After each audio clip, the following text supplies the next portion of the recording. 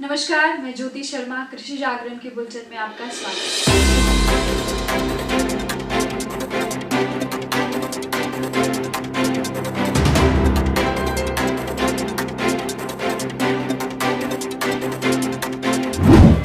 वित्त मंत्री निर्मला सीतारमण ने बजट 2021-22 में कई बड़े ऐलान किए हैं। किसानों को दी जाने वाली पीएम किसान सम्मान निधि योजना के तहत मिलने वाली राशि के बजट में भी 2020-2022 में कटौती का ऐलान किया है, जिसके बाद अब किसान तरह तरह से कयास लगा रहे हैं। गौरतलब है कि पहले किसान यह उम्मीद लगाकर बैठे थे कि कोरोना से उबरने के लिए केंद्र सरकार केंद्रीय बजट 2021-22 में पीएम किसान के बजट में इजाफा कर सकती है, लेकिन सरकार ने इसका इजाफा तो नहीं किया मगर कटौती जरूर कर दी। आम बजट 2021 की सराहना करते हुए योग गुरु बाबा रामदेव ने इस देश के लिए फायदेमंद बताया।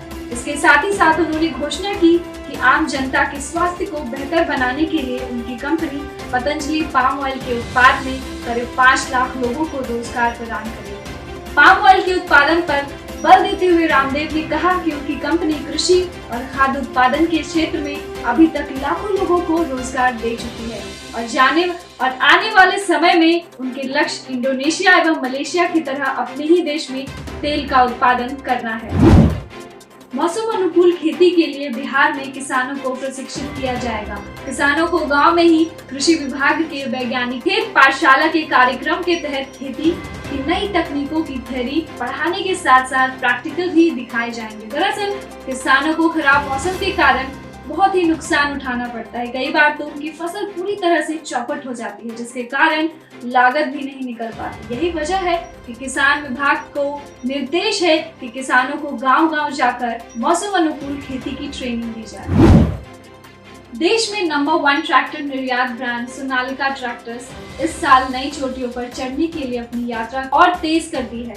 सोनालिका ने जनवरी में अब तक कुल 10,000 के करीब ट्रैक्टर का पंजीकरण किया था, जिसमें अभी तक कुल 7,220 ट्रैक्टरों की बिक्री में जनवरी 2020 तक काफी फायदा हुआ है। आपको बता दें कि सोनालिका ने 2021 में आंतरिक बाजारों में 8,000 के करीब ट्रैक्टर्स बेचने का मार्जिन तैयार किया था, जो जनवरी 2020 में बेची गई 5,000 ट्रैक्टर्स की तुलना में 40% अधिक है।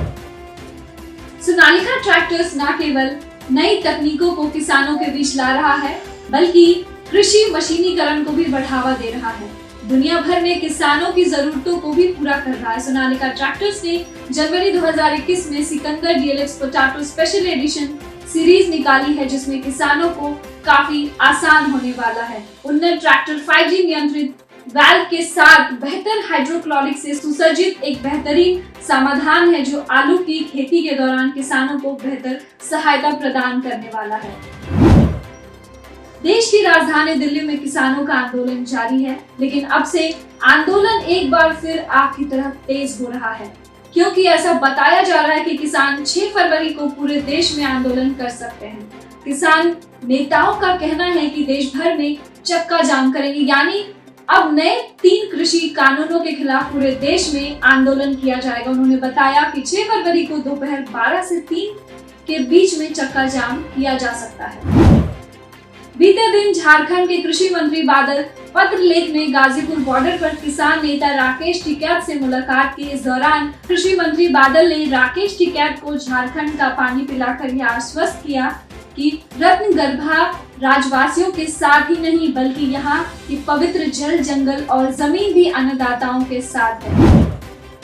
देश में चीनी मिलों ने 31 जनवरी तक 200 लाख टन चीनी का उत्पादन किया। लगभग प्रतिशत से अधिक की अवधि में उत्पादन किया गया। पिछले साल 450 की तुलना में 500 चीनी मिल चालू हैं, जिनमें चीनी बनाने का मौसम सितंबर से अक्टूबर तक रखा गया था। जिस साल 2020 में चीनी का उत्पादन उत्तर प्रदेश में 60 लाख टन हुआ था। कृषि जागरण केरला फेसबुक पेज पर आयोजित होने वाले know the MLA Facebook live कार्यक्रम में अतिथि के रूप में केरला के मुत्तुपुझा निर्वाचन क्षेत्र के विधायक श्री एल्डो इब्राहिम मौजूद रहे, जिन्होंने कृषि जागरण के editor in chief MC Dominic से अपनी बात साझा की, जिसमें श्री एल्डो इब्राहिम ने बताया कि कृषि मुत्तुपुझा की आत्मा है मनुष्य इसके बिना नहीं रह सकता। उन्होंने अपने निर्वाचन क्षेत्र और आगामी परियोजनाओं के विकास गतिविधियों के बारे में भी बात की और कृषि जागरण के लिए आगमन पर प्रसन्नता व्यक्त की। हरियाणा के जिंद में किसानों की महापंचायत में मंच टूटने से किसान नेता राकेश टिकैत मंच से नीचे गिर गए। उन्हें हल्की सी चोट लगी है। हरियाणा के जिंद में इस वक्त किसान आंदोलन के समर्थन में चल रही पंचायत में भारी संख्या में किसान मौजूद हैं। धन्यवाद।